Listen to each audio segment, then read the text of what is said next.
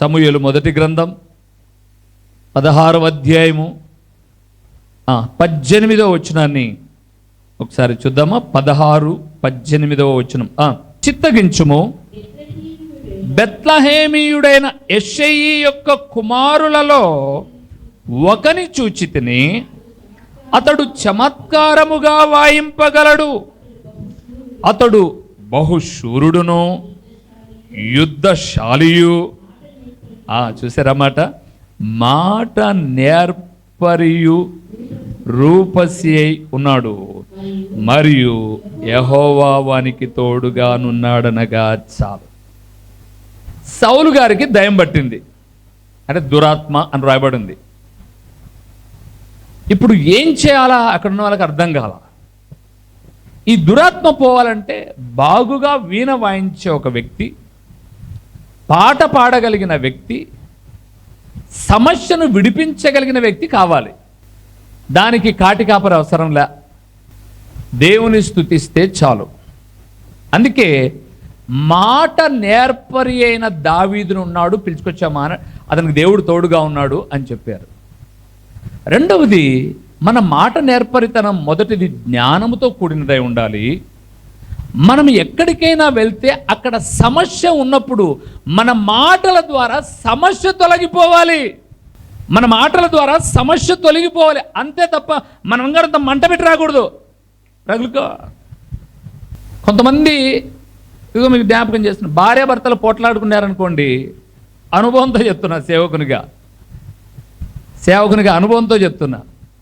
ఏమ్మా అన్నని టన్నేవంట, కొంచెం కూడా ఇదిలే నీకు, భర్త అనే భయం లేదు, అట్లా మాట్లాడచ్చా పురుషుని అని మేము పోయినాం అనుకోండి, ఆమె సైలెంట్గా వింటుంది, చెప్పి పో అని.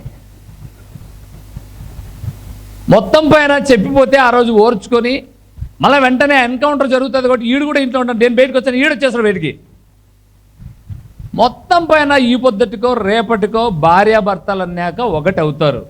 వీళ్ళనెవరు?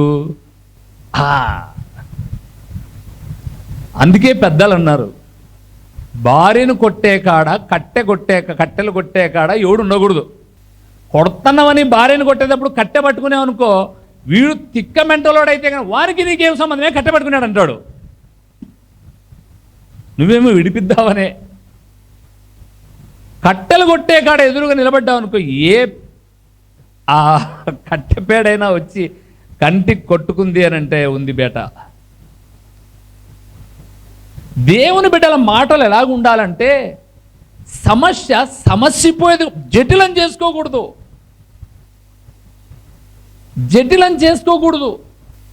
అతనికి దురాత్మ పట్టిన ప్రతిసారి దావీదు యొక్క మాట పాట ఆ సమస్యను ఏం చేసింది? సర్దనిపింది. ఇలాగ నేర్చుకోండి. ఇద్దరు ఫ్రెండ్స్ కొట్లాడుతున్నారా, మీ మాట సమాధానపరచాలి. లేదా మీ మాట వినరా, సైడ్ వెళ్ళిపో. మీ మాటల్లో జ్ఞానం ఉండాలి, మీ మాటల్లో పోట్లాట ఉండకూడదు. ఎవరికో ఫ్రెండ్షిప్కో ఎవరికో ఒక 10 రూపాయలు ఇచ్చింటారు, మీరు మళ్ళీ ఇస్తాలేరా అంటాడు, వాడు ఇయ్యనరా నీ బుద్ధి పుట్టిన చేసుకోపో అంటాడు. ఆ 10 రూపాయలతోనే మీరు నష్టం ఏం పోరు, వాడి బుద్ధి ఏందో తెలిసింది, ఇంకోసారి ఇవ్వకుండా జాగ్రత్త పడు, అంతే తప్ప వాడు నువ్వు గుడ్డలు చించుకొని కొట్టుకోవాల్సిన అవసరం ఏం 10 రూపాయల వల్ల. 10 రూపాయల కోసం 500 షర్ట్ ఎందుకు రచించుకోవడం? ఇది జ్ఞానం, ఇది సమస్యను పెంచుకోకుండా ఉండడం. సమస్యను పెంచుకున్నాము అని అంటే అది ఎక్కడికైనా వెళ్ళిపోతుంది. అందుకే దేవుని సేవకుడిగా జ్ఞాపకం చేస్తున్నాను, మాటలో నేర్పరితనం ఉండాలి. మాటలో నేర్పరితనం అంటే జ్ఞానంగా మాట్లాడాలి. జ్ఞానంగా మాట్లాడమే కాదు, సమస్య ఉన్న చోట మనం వెళ్ళి మాట్లాడితే సమస్య సద్దనిగిపోతుంది అంటే వెళ్ళాలి తప్ప, లేకపోతే దూరంగా ఉండడం మేలు. సమస్యలు సృష్టించకూడదు మన మాటలు. మూడవది, మన మాటలు ఎలాగుండాలో ఒకసారి చూద్దామా. ఎఫెసీయులకు రాసిన పత్రిక 5వ అధ్యాయము 5-4 వచనం చూడండి. కృతజ్ఞతావచనమే మీరు ఉచ్చరింపవలెను గాని వదిలి ఆగుదాం. మూడవది, మన మాటల్లో కృతజ్ఞత ఉండాలి. మన మాటల్లో ఏముండాలి? కృతజ్ఞత ఉండాలి. కృతజ్ఞతాహీనులుగా మిగిలిపోకూడదు మనం. ఎందుకో తెలుసా? మనం సక్సెస్ అవ్వాలంటే పొందిన మేళ గురించే మాట్లాడాలి, కానీ హెచ్చరికలో, గద్దింపులో, కీడులో దానిలను చూసుకొని దూరం కాకూడదు. కృతజ్ఞత వచనం, ఎంత మేలు చేసావన్నా మాకు, ఎంత మేలు చేసావు మాకు, లేకపోతే ఎంత ఉపకారం చేసావు, థ్యాంక్స్ అన్న. ఏదో పొరపాట్లు జరిగిండొచ్చు, పెద్ద మనసుతో క్షమించండి, మీ మేలే మాకు గుర్తున్నాయి అనడం కృతజ్ఞత. వాడు ఎప్పుడైనా సక్సెస్ అవుతాడు. భార్యాభర్తల మధ్య కృతజ్ఞత ఉండాలి. తల్లిదండ్రులు పిల్లల మధ్య కృతజ్ఞత ఉండాలి. అన్నదమ్ముల మధ్య, అక్క చెల్లెల మధ్య కృతజ్ఞత ఉండాలి. ఖచ్చితంగా మన జీవితంలో కృతజ్ఞత. ఒక పిల్లోడు ఒక చాక్లెట్ తీసుకొచ్చి ఇస్తే 5 నిమిషాలు చప్పరించే చాక్లెట్కే థ్యాంక్స్ చెప్తే ఇంత జీవితంలో ఎన్ని మేలు చేశాడు దేవుడు. అందుకే మన మాటలు ఎలాగుండాలంటే జ్ఞానంగా ఉండాలి, సమస్యలు తెచ్చుకోకూడదు, తుంచుకోవాలి. రెండవది కృతజ్ఞత ఉండాలి. అన్నా, ఈ మందిరానికి రాకముందు నిజంగా మాకు వాక్యం తెలిసేది కాదన్నా, క్రమం తెలిసేది కాదన్నా. మీరు మోకాళ్ళ అనుభవంతో దేవుని విలువైన మాటలు చెబుతూ ఉంటే మేము నేర్చుకున్నాం, ఆచరించాం, మా బ్రతుకులు బాగుపడ్డాయి. గద్దించాను కదమ్మా, అవునన్నా గద్దించారు, తండ్రిగా స్థానంలో గద్దించారు తప్ప దాన్ని ఒక్కదాన్నే మేము బేస్ చేసుకొని 100 మేళల్లో ఒక్క గద్దింపును స్వీకరించడం ఏంటన్నా? చిన్న ఉదాహరణ చెప్పానా? మా ఇంట్లో 5 సంవత్సరాల 8 నెలలు ఉంది ఒక ఫ్యామిలీ. 5 సంవత్సరాల 8 నెలల్లో మమ్మల్ని తిట్టింది చాలా ఎక్కువ, ఇంకా కొట్టంది ఒకటి జరగల. నా గోడు కొట్టుకొని పోతారు. ఈడ వాక్యం చెప్తే, మామూలుగా వాక్యం చెప్పింటాను కదా, ఆడబిడ్డలు మంచి వస్త్రధారణ కలిగి ఉండాలని చెప్పేసి నన్నే ఊహించుకున్నాడు కాబట్టి నా గోడు కొట్టుకొని పోతాడు, నాశనం అయిపోతాడు. ఇదిగో నన్నెందుకే మంచం పడి హాస్పిటల్లో పన్నాడు. ఇన్ని మాటలు మాట్లాడితే మేము కూడా ఒక మాట అనాలి కదా ఏదన్నా. మేము ఏమనుకోకుండా ఇంత చెడ్డోళ్ళ దగ్గర మంచోళ్ళు మీరు చెడిపోతారమ్మా, కాబట్టి మీరు ఎక్కడన్నా వెళ్ళిపోండి, వేరే ఇల్లు చూసుకోండి, ఎంత టైం కావాలో అన్నాం. ఈ 5 సంవత్సరాల 8 నెలల్లో తిట్టింది కనపరాలా, సమాజానికి అంతటికీ కనిపించింది. పొమ్మని నడేవాళ్ళను ఇంకా పొమ్మనక తన్నించుకోమంటారు. అయితే మనుషులమే కదండి, బాధ ఉంటుంది కదండి. ఏ తప్పు చేయకోకుండా అడిగినప్పుడల్లా డబ్బులు ఇచ్చి, దేవుని సొమ్మే, అడిగినప్పుడల్లా డబ్బులు ఇచ్చి, అర్ధరాత్రి వచ్చి నా భార్యకు బాగలేదన్న హాస్పిటల్కి వెళ్ళాలి, అర్ధరాత్రి వచ్చి నా బిడ్డకు బాగలేదన్న హాస్పిటల్కి వెళ్ళాలి, మా అమ్మ కాలు ఇరిగిందన్న బాగలేదు వెళ్ళాలి, పలాని చోటికి పక్షవాతం వచ్చింది తీసుకోవడానికి వెళ్తున్న ఒక 10,000 డబ్బులు, ఇలాగ అడిగిన సార్లు ఎన్ని పర్యాయములు. నువ్వు మళ్ళా ఇచ్చిండొచ్చులే, కానీ నీకు సమయానికి అడుగుతానే ఇచ్చేవాడేవాడు?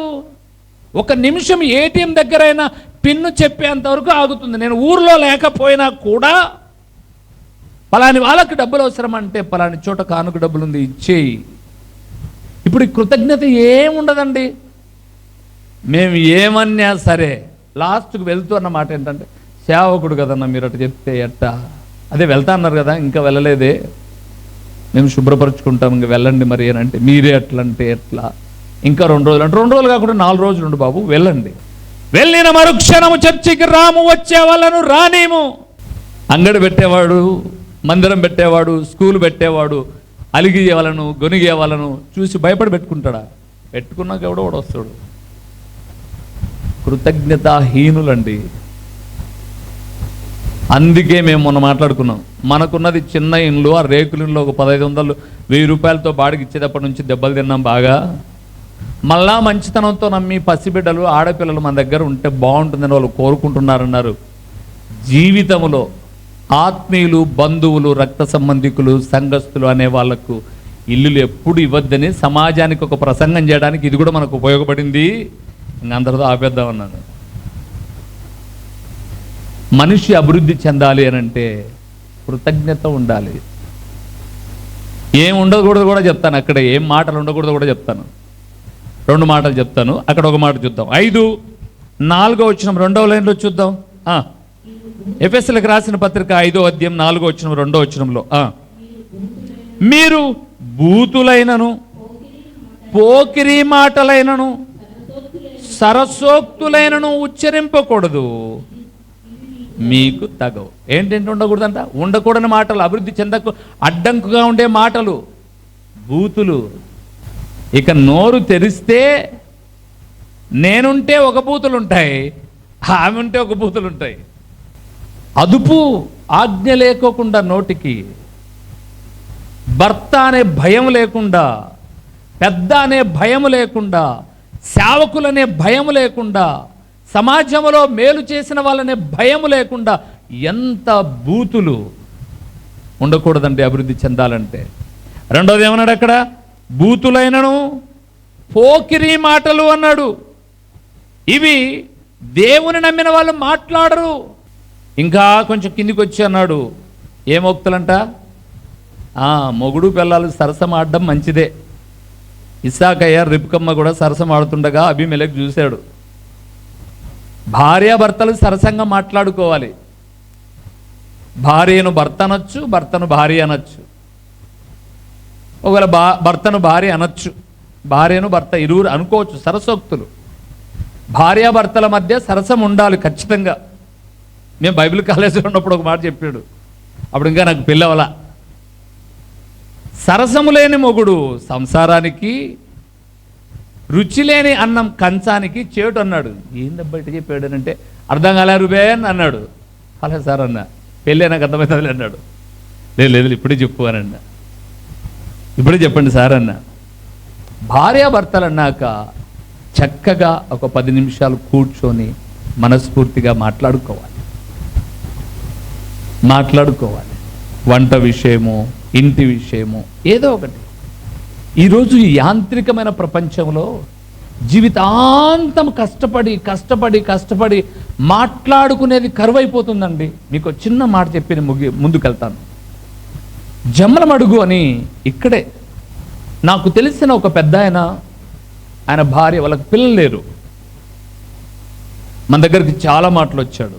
మంచి సొసైటీ మ్యాన్, మంచి సొసైటీ, లక్షలు కోట్ల టర్న్ ఓవర్ చేసి ఆ చుట్టుపక్కల తాగునీళ్ళని అవి ఇవి చాలా చేశాడు ఆయన. ఆమె గవర్నమెంట్ ఎంప్లాయ్, ఈయన గవర్నమెంట్ ఎంప్లాయ్ కాదు, సొసైటీ మ్యాన్. పిల్లలు లేరు ఇద్దరికి. ఆమె రిటైర్డ్ అయినంత వరకు ఆమె పరిగెత్తింది, ఈయన పరిగెత్తుకుంటూ ఆ సొసైటీలు ఈ సొసైటీలు అని తిరిగాడు. రీసెంట్గా నాకు తెలిసిన విషయం చెప్తున్నా మీకు. మొత్తం పైన ఆమె రిటైర్డ్ అయిన తర్వాత, ఏమండి ఈరోజు ఇంటి దగ్గర ఉండొచ్చు కదా, ఏదైనా కొంచెం మాట్లాడుకుందాం. ఏం మాట్లాడుకుంటావు? అది రాలే, ఇది రాలే, అక్కడ కాలే, ఇక్కడ కాలే, వెళ్ళిపోతూనే వచ్చారు. మొత్తం పైన ఆమెకు కొంచెం శరీరం సహకరించక ఇంట్లోనే మానసికంగా ఆమె కొంచెం ఎలా కృంగిపోయిందో తెలియదు, కానీ బ్రెయిన్ అటాక్ వచ్చింది. హార్ట్ అటాక్ మాదిరిగా బ్రెయిన్ అటాక్ కొట్టింది. కొట్టగానే పడిపోయింది. ఇమీడియట్గా హాస్పిటల్కి తీసుకెళ్ళిపోయారు. ఆన్ ది స్పాట్ నోరు పడిపోయింది. ఎక్కడో ఉన్నాయని వచ్చాడు. ఎన్ని కోట్లు ఖర్చైనా పర్లా, ఎక్కడికైనా తీసుకెళ్తాం, నా భార్య బయటికి రావాలి అన్నాడు. కోట్లు ఖర్చు కాలేదు కానీ లక్షలు ఖర్చు అయ్యాయి. చనిపోయిందని ఊర్లో బూడ్చారు. ఈయన మనస్సులో ఒక బాధ ఏంటంటే, అన్ని శవాల మధ్యలోకి వెళ్ళిపోవడం. ఈయనకు తోట ఉంది, పెద్ద వనం మాదిరి ఉంది ఊరు బయట. కాబట్టి ఈడ అనవసరంగా బూడ్చానే, నేను కనీసం వారానికి ఒక రోజున నా భార్య సమాధి దగ్గరికి వెళ్ళి రావాలి అనే ఆలోచన వచ్చి కొంతమంది మనుషులను పిలిపించుకొని రాత్రికి రాత్రి బూడ్చిపెట్టిన శవాన్ని ఇసుక ట్రాక్టర్లో చాలా జాగ్రత్తగా బాక్స్ పెట్టి తన తోట దగ్గర బూడ్చేసుకున్నాడు. అక్కడ బూడ్చేసుకున్నాడు. ఇది జరిగి ఆమె బూడ్చేసుకుని ఒక 2-3 ఏళ్ళు అయింది, ఇంకా ఎక్కువ ఉండొచ్చు. ఈయన ప్రతి శుక్రవారం వాటికి వెళ్తాడంట. నాకు నిన్న అన్న చెప్పి బాధపడి, ఈ వాక్యం రేపు వారం మనం వెళ్దాము, ఒకసారి సార్ను చూసి వద్దాము, మనిషి పూర్తిగా మంచం పాలైపోయాడు, ఇంకా నో యూజ్, కొంతకాలం ఉంటాడు, వెళ్ళి పలకరిద్దామంటే వెళ్దామన్నా అన్నాడు. ఆయన అంటాడు, బ్రతికున్నప్పుడు అంతా మాట్లాడుకోవడానికి సమయం లేదు. ఇప్పుడు చనిపోయి ఆమె సమాధిలో ఉంది, అస్థిపంజరం ఏర్పడిపోయింది. ప్రతి శుక్రవారం ఉదయం 9 గంటలకు సమాధి దగ్గరికి వెళ్తే, ఇంకా శుక్రవారం ఏం తినడు తాగడు, ఆడ కూర్చొని, అమ్మో ఏమి ఇట్లా చేసావే, ఒక్క మాట కూడా చెప్పకుండా వెళ్ళిపోయావే, ఎట్లుండాలి నేను ఇడా? ప్రతి శుక్రవారం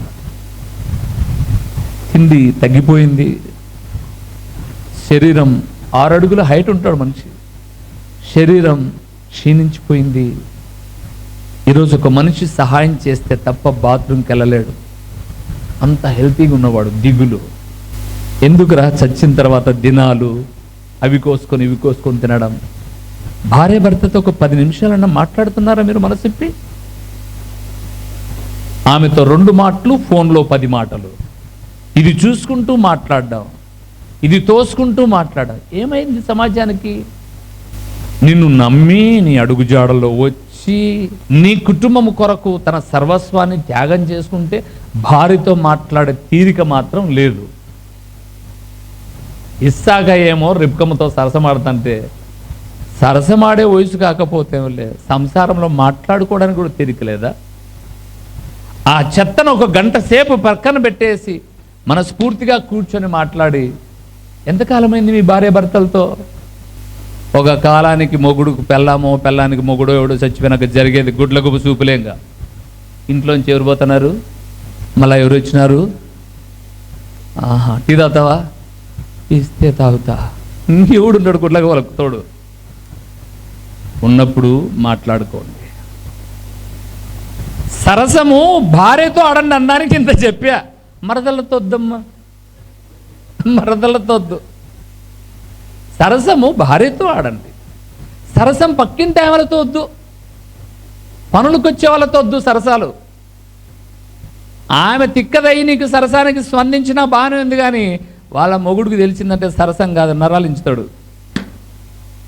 సరసము భార్యతో. అందుకే ఇక్కడ అన్నాడు సరసోక్తుల మాటలు వద్దు, డబల్ మీనింగ్ మాటలు వద్దు. భార్యాభర్త దాంపత్య జీవితం చాలా విలువైనది. బైబిల్ చెప్తుంది పాన్పు నిష్కలంకమైనది అన్నాడు, పవిత్రతతో కూడింది. పెళ్లికి ముందేమో పక్క పక్కన నడుస్తుంది, చెయ్యి పట్టుకొని. పెళ్ళైన 6 నెలలకు ఓడాడబోతుంటే ఇమ్మీడిపోతుంటది. మీరు మంచోళ్ళేమో, ఇంకా పెళ్ళైన తర్వాత ఇటు ముందే పోయి బస్ కాడు ఉంటాడు, ఇవన్నీ ఏగేసుకొని వచ్చేది, టేసుకొని వచ్చేది. రైల్వే కూలీ మేలు కదరా, రైల్వే కూలీ మేలు కదా. ఇంకా మాటలు ఏమి ఉండవు. హ్యాపీగా ఫోన్లు పక్కన పెట్టండి, ఒక్క 10 నిమిషాలు మాట్లాడండి. నేను మొన్ననో ఎప్పుడో చెప్పాను మా భార్యకు, కిరణ్ చాలా బిజీ అయిపోయినాడు డ్యూటీలో. విను సుదర్శనం అమ్మ బాగా బిజీ అయిపోయినాడు, ఆదివారం ఒక్క 2 గంటలు దొరికితే మన వెనకమట్టి పరిచర్యకు వస్తున్నాడు, వద్దని చెప్పు, నేను లక్కీ వెళ్తాం. కిరణ్ తన భార్య పిల్లలతో వారమంతా వాళ్ళకు ప్రేమ లేదు. నువ్వు ఎప్పుడో 9కి వస్తున్నావు, తింటున్నావు, అప్పటికి వాళ్ళు పడుకుంటున్నావు, నువ్వు పడుకుంటున్నావు. పొద్దున్న నువ్వు లేచేసరికి వాళ్ళు స్కూల్కి వెళ్ళిపోతారు, నువ్వు డ్యూటీకి పరిగెత్తావు. దొరికిన సమయమైన గడపమను. ఈ వాక్యం కప్పు నేను సిద్ధపల్లా. గడపమను. దాంపత్యం చాలా విలువైంది. ఒకవేళ వాళ్ళు నా మీద ప్రేమతో అన్నను కమ్మటి పోనీలే అని అనుకొని ఉండొచ్చు, కానీ గడపమను. అన్నానా? చెప్పావా? చెప్పినావు అది కూడా. నేను మేలు కోరే సేవకునే తప్ప బంధాలను ఆత్మీయతలను చెడగొట్టే వ్యక్తినైతే కాదండి. తప్పుగా అనుకోమాకండి. పెళ్ళి అయిపోయింది, భర్త చనిపోయాడు, భార్య చనిపోయింది, మరి మేము ఎవరితో మాట్లాడాలన్నా? అద్భుతకరమైన వాక్యం, నిన్ను సృష్టించిన సృష్టికర్త నీకు భర్త అయి ఉన్నాడు.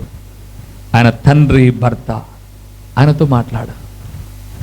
నీ ప్రతి బాధ నీ భర్త తీర్చలేని బాధలు కూడా ఆయన తీరుస్తాడు బిడ్డ, నిజంగా నమ్ము. నువ్వు ఆందోళన పడమాకు. ఈ మాట మా ఆయన వినంటే బాగుండు, మా ఆయన నో అవసరంలే. దేవుడిని మించిన భర్త.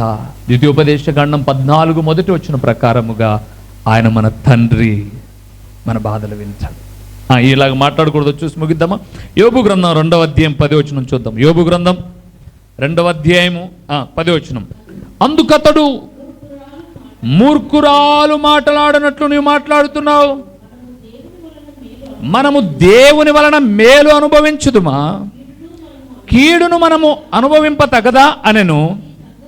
ఆ మాట చూడండి. ఈ సంగతులలో ఏ విషయమందును యోబు నోటి మాటతోనైనను. ఎలాగ మాట్లాడాలి? మనం అభివృద్ధి చెందాలంటే జ్ఞానంగా మాట్లాడాలి, సమస్యలు తొలగిపోయే రీతిగా మాట్లాడాలి. మూడవది కృతజ్ఞతా మాటలు మాట్లాడాలి. ఎలాగ మాట్లాడకూడదు అంటే సరసోక్తులు, బూతులు, పోకిరి మాటలు వద్దు. రెండవది పాపము కలిగే మాటలు నోటితో వద్దు. పాపము కలిగే మాటలు. యోబు సర్వం కోల్పోయాడు. అక్కడ ఏమి లేదు, ఆయన దగ్గర ఎంప్టీ హ్యాండ్స్ అండి. భార్యకే విసిగేసింది. ఏం భక్తి అయ్యా నీ భక్తి? ఇన్ని రోజులు ఎంత ప్రార్థన చేసావు, అన్నీ కోల్పోయావు నువ్వు. ఇంకా ఇప్పుడు రోగం కూడా వచ్చి మంచం ఎక్కాల్సిన నువ్వు బూడిదలోకి వెళ్ళిపోతున్నావు. ఇంకా దేవుడే అంటావేను? మరి ఎవరిని అనమంటావు? ఆ దేవుని దూషించి దానికన్నా చచ్చిపో అని అంటే ఆయన అంటాడు, మూర్ఖురాలా అని కూడా అనలా. మూర్ఖురాలని కూడా అనలా. మూర్ఖురాలు మాట్లాడినట్టు మాట్లాడుతున్నావు నువ్వు. అట మాట్లాడకూడదమ్మా. ఇన్ని రోజులు ప్రార్థనలో ఉండి, గుర్తుపెట్టుకోండి ఆడబిడ్డలారా, ఇన్ని రోజులు ప్రార్థనకు వచ్చి పాస్టర్ గారు ఎప్పుడో గద్దించినప్పుడు మూర్ఖురాలుగా నోరు పెగలకూడదు. మేలు కోరేవాడే గద్దిస్తాడు తప్ప జోబి నింపుకునేవాడు ఎప్పుడు గద్దించడు. చిలక దోషముడు ఎప్పుడన్నా గద్దిస్తాడా నిన్ను? ఏంది మా ఇంట్లో అట్ట పెట్టుకున్నావు, ఏంది మా ఇట్టు కూర్చున్నావు, ఏమి ఇలాంటి డ్రెస్లో కూర్చున్నావు నా ఎదురుగా అంటాడా వాడు? నాకు చూపించావు, ఇంకెవరికి చూపి కాకుంటాడు. ఏంది, ఏమేం చూశాడో నీ దగ్గర వాడప్పుడు? చేయి కాకుండా నువ్వు వేసుకునే వస్త్రధారణ బట్టి ఏమేం చూశాడో నాకు చూపించావు, ఇంకెవరికి? నువ్వు భర్త కూడా చూపించగా దరిద్రుడా. అట పొగిడే మాటలు కావాలి నీకు. చిలక దోషమా ఇది? ఇది చిలక దోషితమైతే అట్టే చెప్పింది. మేము కూడా ఉబ్బిచ్చిన్నాం, జోబి నింపుకొనిందాం, పిలసకపోయినా ఇంటికి వచ్చిందాం. ఏం చేసినావు అయిపోద్దు అని అడిగిందాం. అయ్యో అన్నొచ్చినాడే అని చెప్పేసానంటే అది ఏం చేసినావు అంటే మీరు వస్తారని తెలియదు కదా, నాకు కోడిగుడ్లు చేసామంటే వాళ్ళు అమ్మలేదు అంటే చికెన్ వాళ్ళు అమ్మలేదు. ఈ దరిద్రపు మాటలు, దరిద్రపు జీవితం వద్దు ప్రియులారా. మీకు మేలు కలిగితే అంటే మీకు ఉపయోగం ఉంటే సేవకుడు మంచోడు, మిమ్మల్ని గద్దిస్తే చెడ్డోడు కాకూడదు. అందుకే అక్కడ అన్నాడు, మూర్ఖురాలు మాట్లాడినట్టు మాట్లాడతారు, అది నీకు తగదు. ఏమంటే నా గోడు కొట్టుకొని పోతారు, నా నాశం, ఆ మాటలు మాకు రావు నోటితో. నేనంటే భూమి మీద అడ్రస్ ఉండదు. నా నోటిని నా అదుపులో పెట్టుకుంటాను నేను. యేసు ప్రభుల వారిని దూషిస్తూ ఉంటే ప్రేమించాడు, తిరిగి దూషించాల. ఆ వాక్యము నేర్చుకున్న సేవకులమండి మేము. బ్రతుకు మార్చుకోమని చెప్తాం కానీ నాశనాలు కోరేటటువంటి, శాపాలు పెట్టేటటువంటి ఏమి ఇలాంటి మూర్ఖ స్వభావం ఉన్న వ్యక్తులమైతే కాదు అని అంటాడు. అలాగ మాట్లాడకూడదు. దేవుని వలన మేలైనా, రెండవది కీడైనా, అది గద్దింపైనా హెచ్చరింపైనా ఏదైనా అవనివ్వండి, నోటి మాటతో ఏం చేయకూడదు? పాపం చేయకూడదు.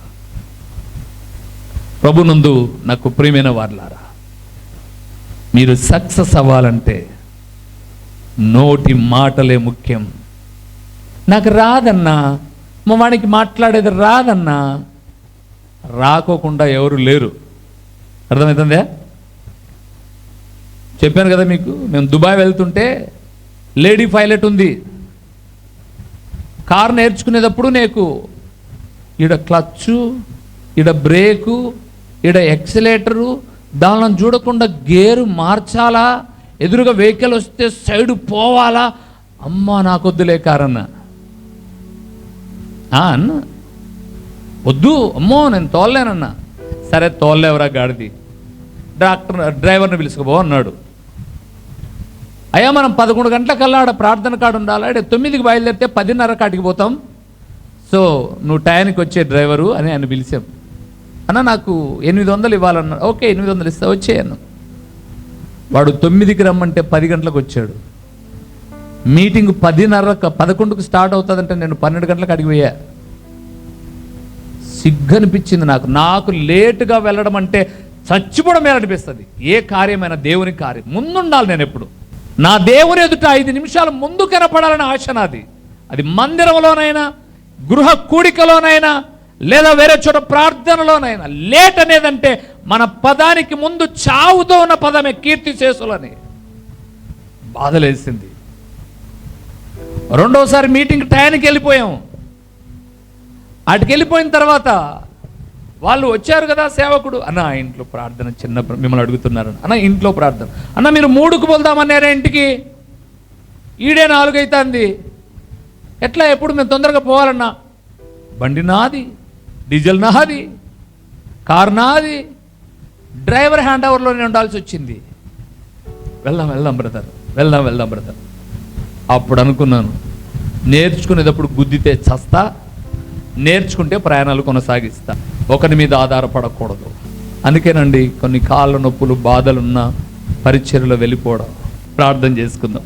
తలలో ఉంచుదామా, కళ్ళు మూద్దాం, ప్రార్థన చేద్దాం. దేవా, స్థిరపడడానికి కావలసిన మాటలలో నేర్పరితనం నాకు ఇవ్వునానా. ఇందాక నాకు మాట్లాడడం రాదు అనుకున్నాను. నా దేవా, ఈ లోకానికే నీ మాటలు మాధుర్యతను పంచుతూ ఉంటే నేను ఎందుకు మాట్లాడలేను ప్రభువా? నువ్వు నా నోటిని ముట్టి మాట్లాడతావు. జ్ఞానంగా మాట్లాడతాను. ఈ రోజు నుంచి సమస్యలు తొలగిపోయేటట్టుగా మాట్లాడతాను. కృతజ్ఞతత కూడిన వచనం మాట్లాడతాను. బూతులు మాట్లాడను, సరసాలు మాట్లాడను. నోటి మాటతోనైనా యోబు వలె పాపము చేయను. ప్రార్థన చేసుకుందాం, తలలో ఉంచుతాం. మహోన్నతుడమైన దేవా, మహాగణుడమైన పరలోకపు తండ్రి, మీ ఘనమైన నామమునకు స్తోత్రములు చెల్లిస్తూ ఉన్నాము నాయనా. ఎంత గొప్ప దేవుడవు తండ్రి. మేము ఈ లోకములో గౌరవప్రదంగా స్థిరపడడానికి విలువైన పరలోకపు వాక్కులు మీరు మాట్లాడుతూ ఉన్నారు నాయనా. మా బిడ్డలు స్కూల్ రంగంలో, కాలేజీ రంగములో, ఉద్యోగ రంగములో, వ్యాపార రంగములో, కుటుంబ రంగములో, ప్రతి విషయములో, సేవా జీవితములో మాటలలో జ్ఞానమును, సమస్య ఉన్న చోట సమాధానమును, ఎల్లప్పుడూ దేవాది దేవుడవైన నీకు కృతజ్ఞతావచనాన్ని మాట్లాడి వృద్ధి చెందడానికి సహాయము చేయండి నాయన. మాట్లాడకూడని మాటలేవో కూడా చెప్పావు, వాటికి దూరముగా మీకు సమీపముగా బ్రతుకునివ్వండి తండ్రి. ప్రకటించిన ఈ పరలోకపు మాటలు జీవపు ఊటలుగా మేము పొందుకొని ఈ రోజు నుంచే ఎవరితో ఎలాగ మాట్లాడాలి, మా మాటలు జ్ఞానముతో కూడినవై ఎదుటి వ్యక్తుల యొక్క మనస్సులు గెలుచుకున్నటువంటివిగా ఉండునట్లు కృప చూపుమని మీ సన్నిధిలో ప్రార్థించుటకు సహాయము చేయండి. ప్రకటించబడిన ఈ పరలోకపు సంగతులు వ్యర్థముగా పోకుండా సారవంతమైన నేలను పడిన విత్తనము వలె 30దంతలుగా, 60దంతలుగా, 100అంతలుగా ఫలింపచేసి మీ ఘననామానికి మహిమ, ఘనత, ప్రభావములు మీరు కలుగు చేసుకొనుమని మాటలలో మాధుర్యత కలిగిన మా ప్రభు అయిన యేసు క్రీస్తు పేరట దీన మనస్సుతో అడిగి పొందియున్నాము తండ్రి. ఆమేన్. మా చిరునామా దైవజనుడు బ్రదర్ ఓ రూబేన్ గారు, క్రీస్తు ప్రార్థనా మందిరం, డోర్ నెంబర్ 1-10-386, నగరిగుట్ట, పులివెందుల, కడప జిల్లా. మీ ప్రార్థనా అవసరాల కొరకై సెల్ నంబర్ 9989067409.